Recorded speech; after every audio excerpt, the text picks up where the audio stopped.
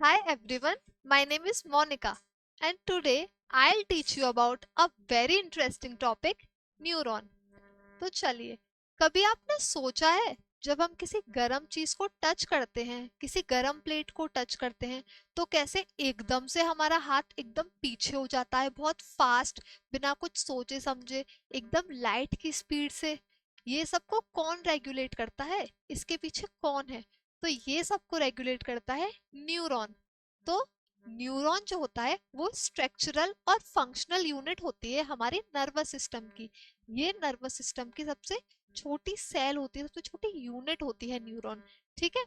तो neuron neuron एक ऐसी सेल है जिससे मिलके हमारा पूरा नर्वस सिस्टम बना होता है। हमारा पूरा नर्वस सिस्टम न्यूरॉन से मिलके बना होता है। इसकी लेंथ अप टू 1 मीटर तक भी हो सकती है। तो चलिए न्यूरॉन को समझते हैं। न्यूरॉन के बेसिकली 3 मेन पार्ट्स होते हैं।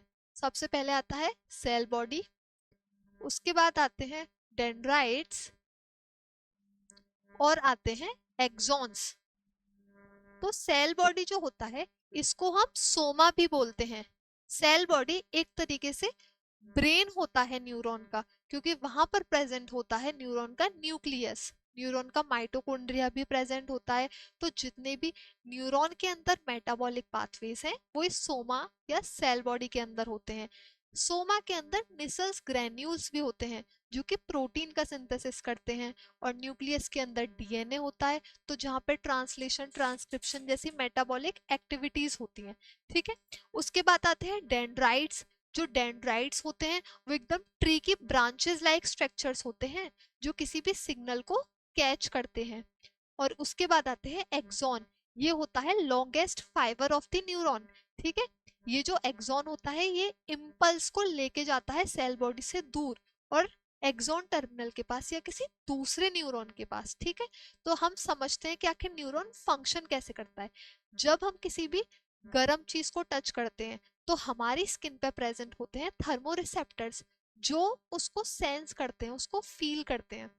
उसके बाद वो जो थर्मोरिसेप्टर्स होते हैं वो उस सिग्नल को केमिकल की फॉर्म में हमारी बॉडी में लेते हैं। जैसे हमने किसी गर्म चीज को टच किया तो वो जो सिग्नल है वो केमिकल की फॉर्म में हमारी बॉडी में गया।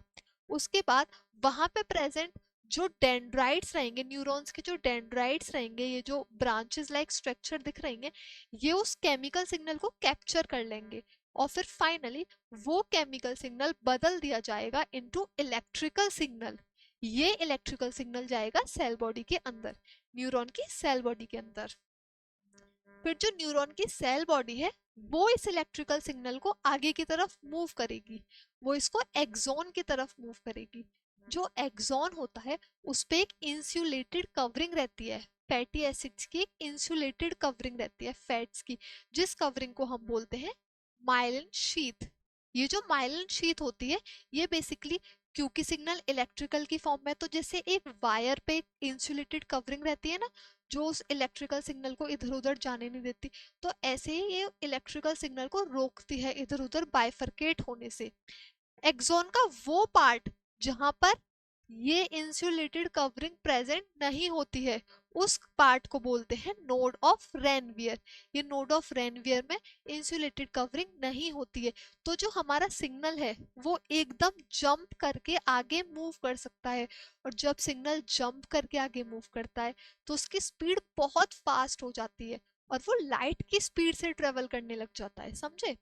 यहाँ पर स्वान सेल प्रेजेंट होती है जिसके पास अपना सेपरेट न्यूक्लियस होता है। ओके। तो जो सिग्नल है जब वो जंप करके आगे जा रहा है नोड ऑफ रेनवियर के थ्रू तो वो बहुत फास्ट मूव करेगा और वो सिग्नल पहुंच जाएगा एक्सॉन के टर्मिनल्स पे। सिग्नल जब पहुंचता है एक्सॉन के टर्मिनल्स पे वहां प्रेजेंट होते हैं साइनेप्स। जो साइनेप्स होते हैं वहां से अगले न्यूरॉन के डेंड्राइट्स कनेक्टेड रहते हैं। हालांकि ये एकदम जुड़े हुए नहीं रहते, अटैच्ड नहीं रहते, इनके बीच में एक गैप होता है जिस गैप को हम बोलते हैं साइनेप्टिक क्लेफ्ट। इस गैप में एक्सॉन टर्मिनल से जो हमारा इलेक्ट्रिकल सिग्नल था वो केमिकल की फॉर्म में रिलीज होता है। उन केमिकल्स को बोलते हैं न्यूरोट्रांसमीटर्स। जैसे कि एक न्यूरोट्रांसमीटर है एसिटाइल कोलिन। तो ये जो केमिकल सिग्नल है इनको अगले न्यूरॉन का जो डेंड्राइट होगा वो कैच कर लेगा, वो पकड़ लेगा। तो इस तरीके से सिग्नल एक न्यूरॉन से दूसरे न्यूरॉन पर ट्रेवल करता है। तो आखिर ये सिग्नल जा कहाँ रहा है? ये सिग्नल जा रहा है हमारे सेंट्रल नर्वस सिस्टम, सीएनएस में, जो कि होते हैं ब्रेन और स्पाइनल कॉर्ड। इस सिग्नल को लेके जाते हैं हमारे सेंसरी न्यूरॉन्स। तो सेंसरी न्यूरॉन्स क्या होते हैं? जो हमारे सिग्नल को हमारे सेंसरी ऑर्गन से ब्रेन या स्पाइनल कॉर्ड यानी सीएनएस तक लेके जाते हैं, वो होते हैं सेंसरी न्यूरॉन्स। और फिर जो सिग्नल है वो ब्रेन या स्पाइनल कॉर्ड में जाएगा, वहां पर और न्यूरॉन्स प्रेजेंट होंगे जो उस सिग्नल को प्रोसेस करेंगे। यानी जब हमने गरम प्लेट को टच किया था तो उस समय क्या रेस्पॉन्स होना चाहिए ब्रेन का? कि अपना हाथ हटाओ वरना आपका हाथ जल जाएगा। यही तो रेस्पॉन्स था। तो इस रेस्पॉन्स को लाया जाएगा उस टारगेट ऑर्गन के पास, उस स्पेसिफिक ऑर्गन के पास जो सिग्नल के लिए रेस्पॉन्ड करेगा। यानी इस केस में जब हमने हाथ हटाया तो इस केस में किसने रेस्पॉन्ड किया? इस केस में रेस्पॉन्ड किया हमारे हाथ की मसल्स ने। उन्होंने अपना हाथ पीछे खींचा तो जो सिग्नल है वो ब्रेन से उस स्पेसिफिक ऑर्गन के पास आएगा जो उस सिग्नल के लिए रेस्पॉन्ड करेगा।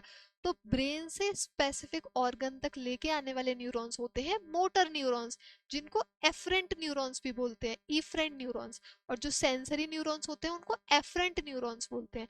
तो जब हमारे जो इफरेंट न्यूरॉन्स हैं वो सिग्नल को स्पेसिफिक ऑर्गन तक लाएंगे तो वो उसके लिए रेस्पॉन्ड करेगा और हमारे हाथ को पीछे खींच लेगा।